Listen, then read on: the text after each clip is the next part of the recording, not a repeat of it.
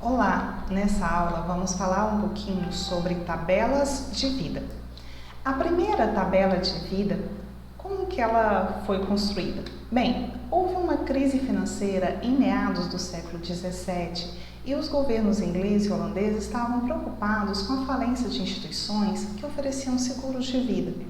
Um pouquinho próximo aí dessa época, em 1654, Pascal comunicou à Academia de Ciências de Paris a teoria das probabilidades.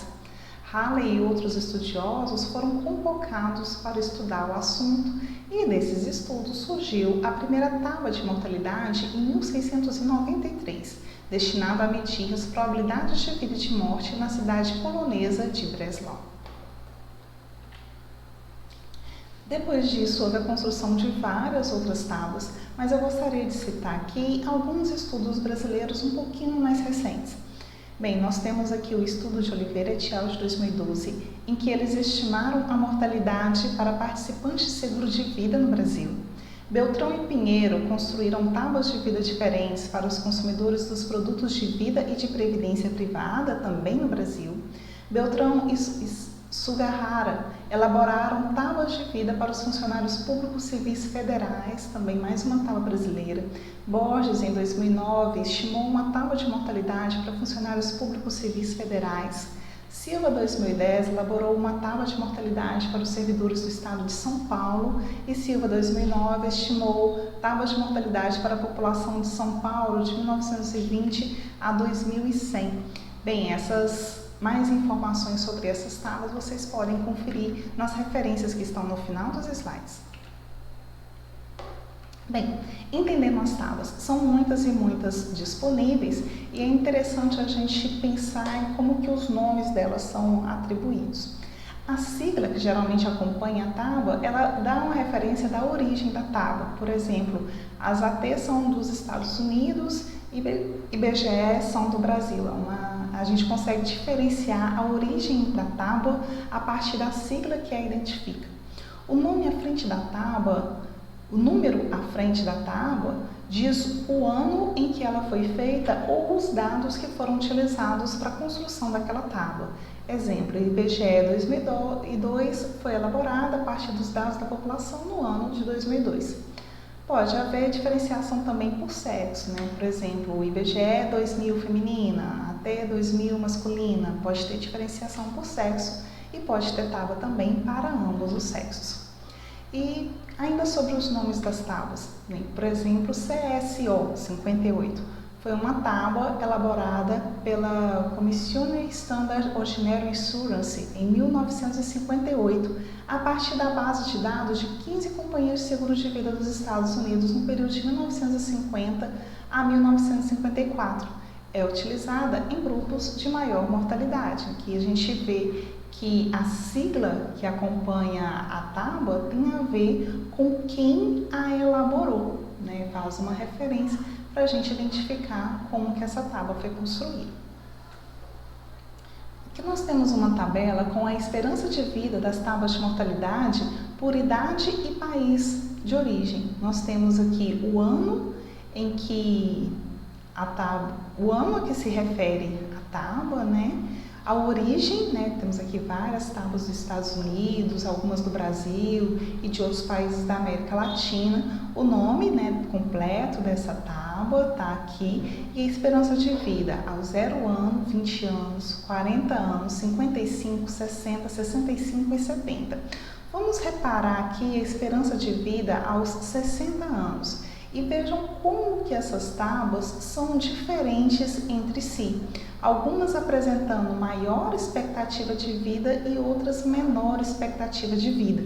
Esse tempo de expectativa de vida, se é utilizado, por exemplo, cálculo de anuidades, se essas tábuas são utilizadas para os cálculos de anuidades e definição de valor de benefícios que os indivíduos terão direito, estes valores terão um efeito grande no valor que o indivíduo teria direito a receber, já que eles diferem bastante. Por exemplo, a gente observa aqui uma tábua em que a esperança de vida era de 15,98 anos e uma outra que já era de 23,38. as duas para os Estados Unidos, mas com cerca de 40 anos de diferença entre uma e outra. Aqui nós exemplificamos qual seria o impacto no valor do benefício da utilização dessas diferentes tábuas. Imagina que tem uma reserva matemática de 1.000 unidades monetárias.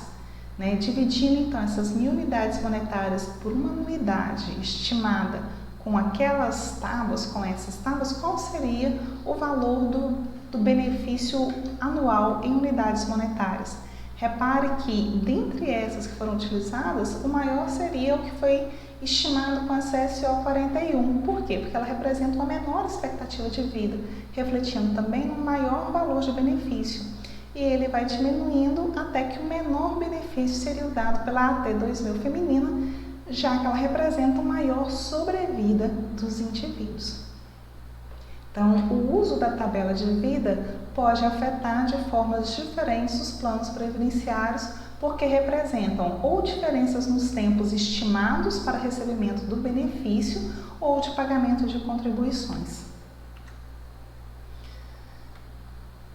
Nesse gráfico, nós temos o logaritmo da probabilidade de morte a cada idade pela tábua IBGE 2010 para ambos os sexos, que é essa linha azul, Japão 2009 feminina, que é essa linha vermelha, Chile 2005 feminina, que é a linha verde, e a T2000 feminina, que é dada pela linha lilás. Repare que ainda há alguma similaridade aqui entre a função da AT e a função do Japão, principalmente nas idades aqui da vida adulta, embora elas se diferenciem um pouco mais para pessoas mais jovens. E reparem também como a mortalidade do Brasil ainda é bem superior a essas outras tábuas. Então, a mortalidade no Brasil ela é maior na maior parte das idades do que a mortalidade representada por essas demais tábuas dos outros países. Temos algo a pensar também, Como escolher a melhor tábua? É claro que é necessário fazer um teste de aderência para a escolha mais correta, mas a gente pode pensar em algumas características das tábuas que estão relacionadas a maior aderência ou não a uma determinada população. Exemplo, se a gente está pensando num plano de previdência complementar, como é a população desse plano de previdência complementar?